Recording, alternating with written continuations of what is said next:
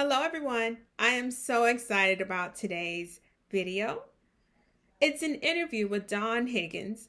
She's the Chief Smile Officer at Made You Smile Jewelry. And she's going to share with us her passion for why she creates what she does. And we're going to be inspired by this melanated queen because her story is one that we can all identify with.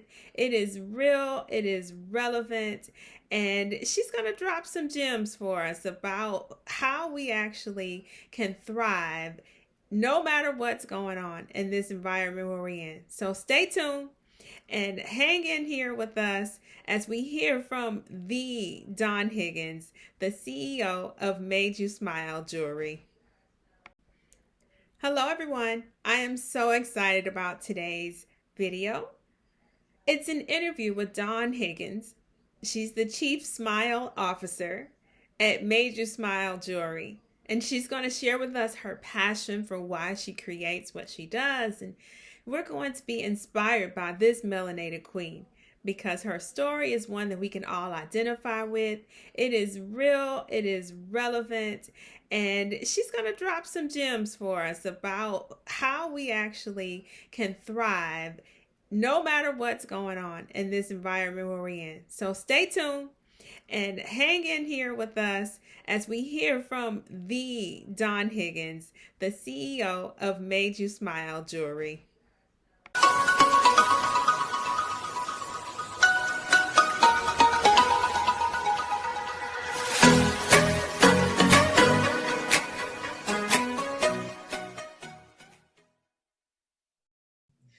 All right, so let's jump into it. Okay. Tell me the story of Made You Smile Jewelry. Okay. Wow. Wow, Kim, imagine, okay, a little girl. And I would always play in my mom's, clothes and jewelry. I'm sure like every other little girl from time to time. But the one thing I would always do was get the ironing board out and set up a jewelry store. I would always set up a jewelry store, use my mom's jewelry or some, pieces that I might have had. And so I would go all out, right? I would use a box and makeshift as that is the case that I'm opening up the jewelry in to show the customers as they're coming in, right? I have a little receipt book, which was a notepad. I really love the coiled keychains that I would always see the jewelry people wear. So I had my mom get me one of those. So I was official, right? I was official with my own makeshift jewelry store. And so I've always loved jewelry. I like fashion, period, but I always loved jewelry. Always loved playing store. And so you could say probably came full circle, right? So it was one of those things of during the pandemic, we got all the time in the world on our hands, if you will, and said, you know what? Had conversations with God, and it was like, go for it. Go and do it. Stop playing jewelry store and build one. So wow. Wow. So had your mom, did your mom take you to the jewelry store? Was that like her thing? My mom. Okay. My mom loves jewelry, particularly watches and bangles and handbags. So anytime we were out and about shopping, those are the first two stops, either handbags and or the jewelry section. Forget everything else because she says those are the things that always fit. You didn't have to worry about growing out of your jewelry. Right. That's adorable. So I'm going to circle back because I think it's important that we talked about your mom just now, because we have to discuss how being Black and being female has affected your business. When I think about my mom and some of the values I think that she instilled in me, of course, just going for it, working hard, never giving up. So I was raised by a single mother, but my father was extremely involved in my life as well. But after they divorced, I lived with my mother for the majority of the time. And so being around her and working hard day in and day out, and spending time with her. And shopping is my mom's thing. Okay, shopping is her thing. I was never a big shopper, but when we would go out, those are the couple of places, like I said, the handbag section and the jewelry section that we would always hit up. And just seeing that work ethic that she had, that was something that I think I've always had, a strong work ethic and working hard and going after what it is that you want to do, right? And so when I think about Black women and wearing many, many hats, right? You're a mom, you're a caretaker for the family, you're a provider in many cases for your family as well. And so I just wanted to do something that embodied her as well in this business, and that has taught me so much along the way. And so, that is something that I think will always stick with me. I just want to make sure that I'm doing things that make her proud. Do you have a daughter? I do have a daughter. For my husband, we have 2 children. I inherited these 2 beautiful children. Oh. And they are adults now with their own children, small children. So we have even a new grandbaby who is basically probably about a month old now. Oh, wow. Brand new. Yes, brand new. So your mom left this legacy of work hard, play hard. Yes. And you're picking up the torch with yes. the work hard, play hard. Yes. So, okay, you jump right into my next question. You're a multi-passionate artist. You teach fitness classes, you work full time, and now you do this. So I have to ask you, what inspires you? What inspires me is that, when you think about it, especially when you think about the year we just came off of from a pandemic and still, definitely in a pandemic, it's one of those things, Kim, of we only get one chance at this thing called life, right? So when I leave, I want to leave empty. I want to make sure that I did my darndest, my best to do the things that I want to do that give me joy, that give me passion, that give me some, type of inspiration. So I want to make sure that I am doing what I'm supposed to be doing on this, precious earth. And so if it's me making these bracelets, bringing a little bit of joy, making people smile along the way, that's what it's about for me, Kim. So, we only get once. We only get one, so I want to make sure that I'm doing the most that I can. My husband always tells me, if you do one more thing, I'm gonna need you to sit down somewhere. He sounds like he's ready to retire. Yeah, he probably would be ready to retire, but it's funny. He wears many hats too. So it's like, really, he taught himself some trades around remodeling and DJing, and it's one of those things also that I remember when he was laid off for a short period of time. He jumped into like, okay, what else can I do? What else can I tap into while I'm hunting and looking for a job? So he's like, you know what? I like music. I'm gonna become a DJ. Oh, let me start, working things around the house and learning those skills and those trades. So he's no different than me. I hear you. So when you sit down to create your bracelets, because I don't think we talked about it. What's your product line and how do you approach it? Like for me, when I paint, I research and I plan and I try to think of ways to like celebrate the Black woman in a way that doesn't degrade her. Mm-hmm. So what type of energy do you bring? There's 2 questions. What products do you have? And what informs your design of those products? Right now what I'm doing is really around bracelets, because there's so many pieces of jewelry that we wear to adorn us or to, enhance, the great creation that we are. And so I do like a lot of different forms of jewelry, but bracelets in particular is something that I like, because I like that you can always see them. I don't have to, look in the mirror to see the earrings or look down to check out the necklace. But when you pick up the cuff, when you use the pen or the pencil, you can see these fashionable jewelry bracelets, right?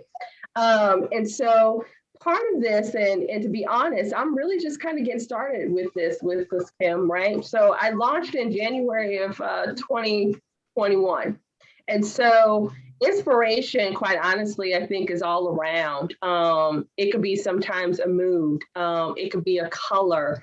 My favorite colors are red and turquoise. So that's the color of the logo. And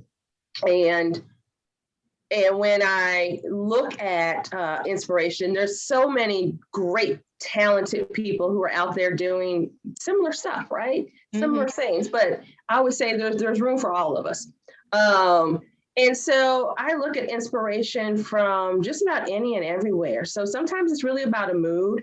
And I will tell you, part of this journey that I'm really enjoying is I'm really starting to find out a little bit more and more about what it is that I want to make sure that is created, that when people pick up a piece, purchase a piece, it does give a smile to them, because I think it's something that you feel, right?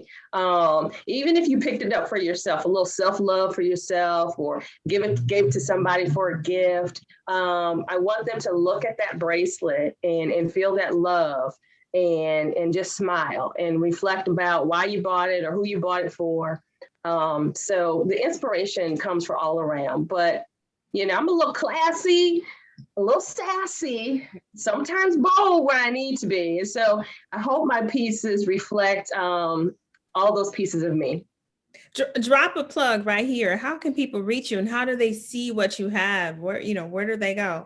Yes, you can check it out online at www.madeyousmilejewelry.com.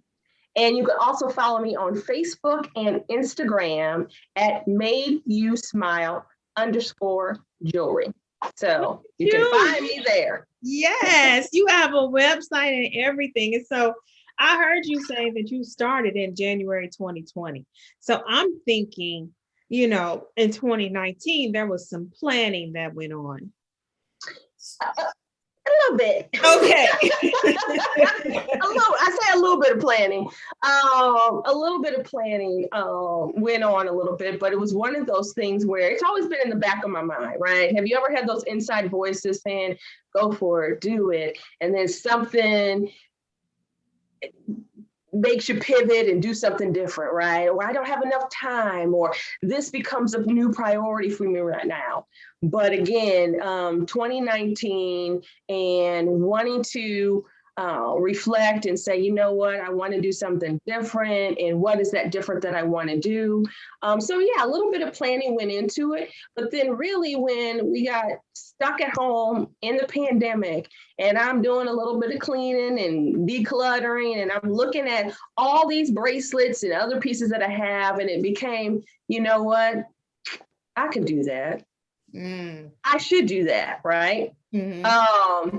Because you're artistic. I've always been artistic, even since kindergarten. I still have this kindergarten plate that I gave my mother that I drew. I'm the person in the family who would draw posters and designs and yard cards for folks.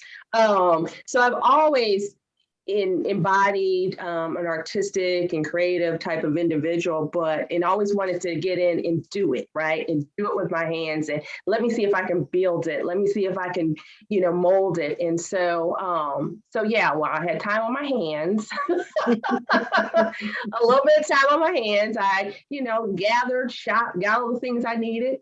And just started doing them for, my mom. Try this bracelet, check this out. Next thing you know, it's like, we're going for it, Victoria. We're going for it. That's my mother's name. Okay.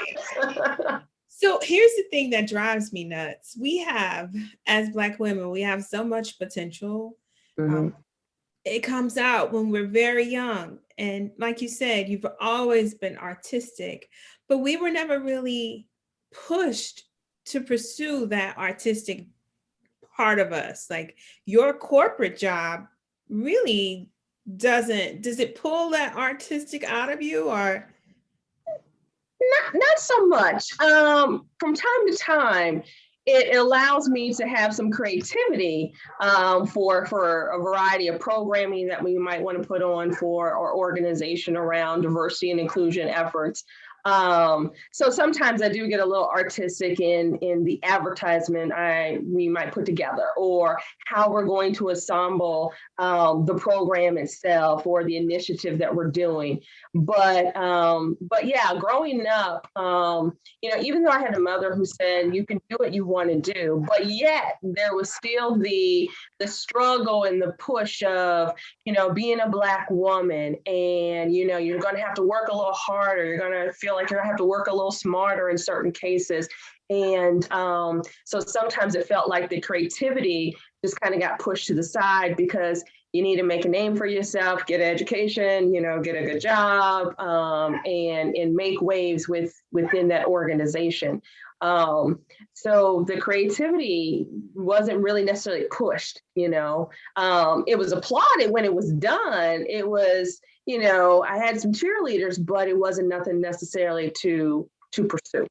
And I'm so glad that you've said all this, because part of the reason why I started this channel is I want to give women that space, just like putting your work on the refrigerator. I want to celebrate what it is that you do, because it's so important to say to someone, when you are being creative, like, you are really and truly aligned with God, because He created us. Like, yes. Creation is His thing. So when you're taking nothing and making something, it's just all along your purpose. And I love that. I love that I can celebrate with you tonight and just really feel your energy and your excitement about what you're doing. So it's only been a year, but can you describe a high point in your business?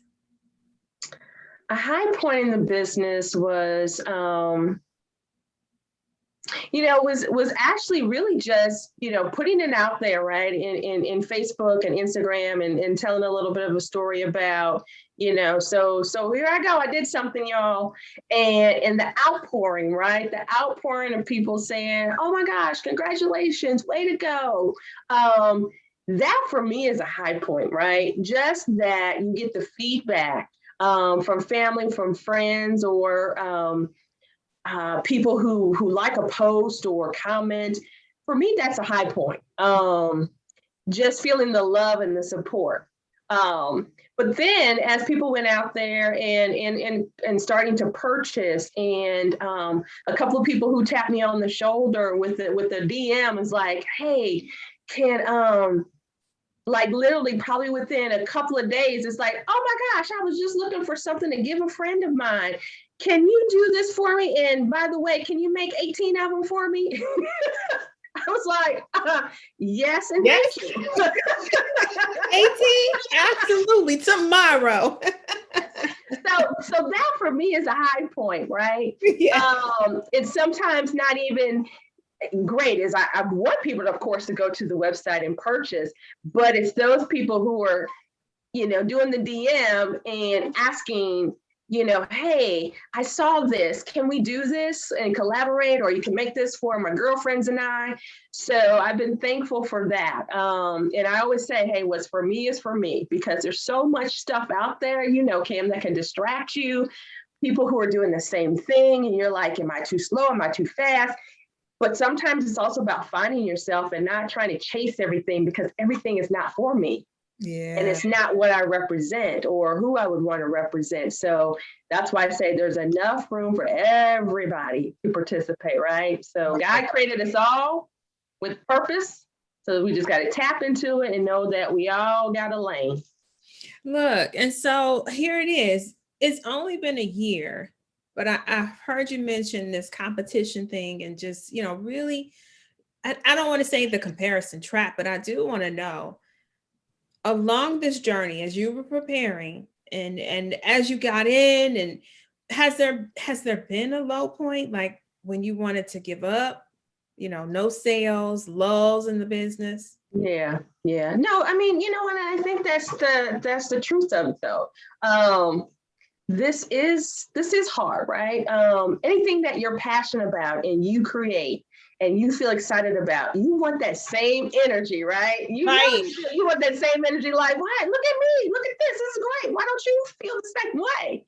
But sometimes I have to look at that as it is, it's not that maybe I do feel the same way, but everyone has things going on. Mm-hmm. And the no is not necessarily a no, it's a not right now, or I have other things on my mind, so it was distracting me, so I didn't get a chance to check this out. So you keep plugging away, right? Yeah, there's low points. There's low points of, what, should I be doing this? Hey, I'm so excited about this, but no one else really seems to be excited about this. So it's one of those things of, okay, no pity party, right? So let me stop. Don't self-sabotage myself. And that's when it's important, I think, to take that time out and go to God and just kind of say, hey, let me talk, and what's happening, and give me some answers. And in that conversation, that's where I find those answers.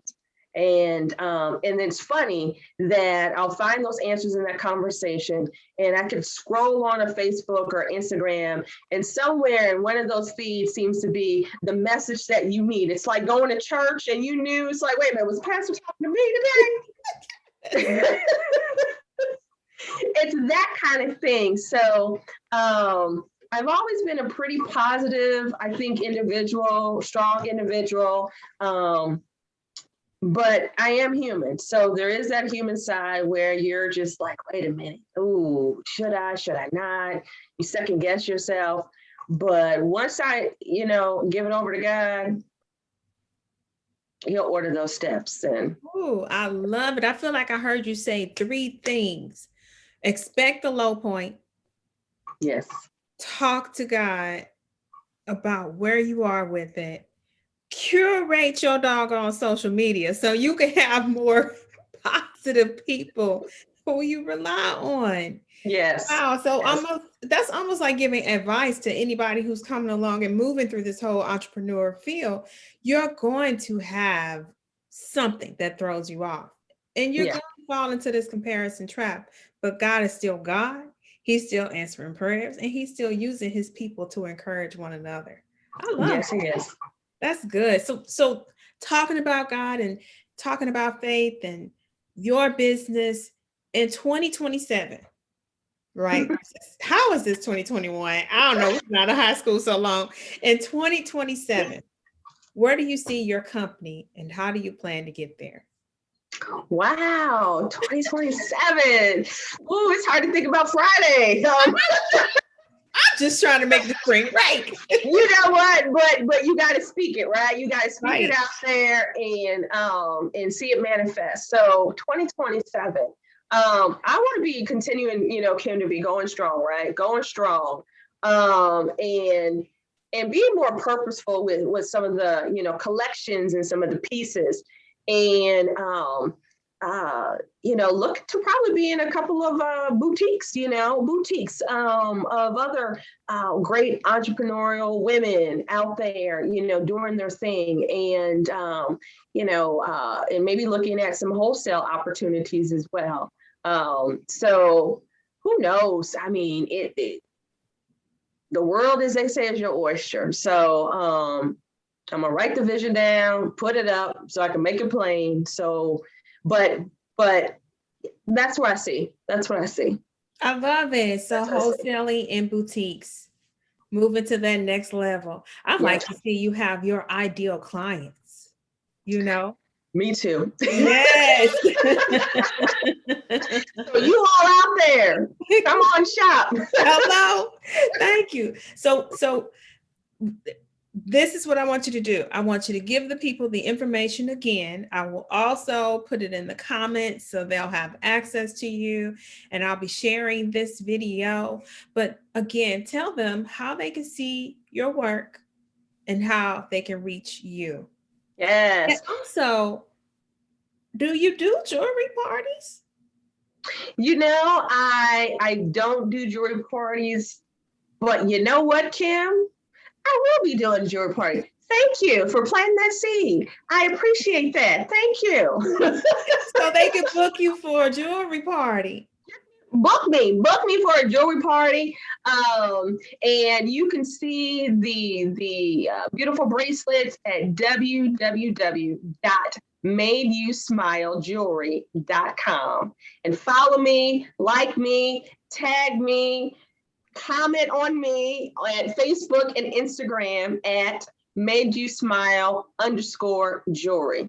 Oh, I love it. Thank you so much, and thank you for being here. I told you this interview was going to be awesome.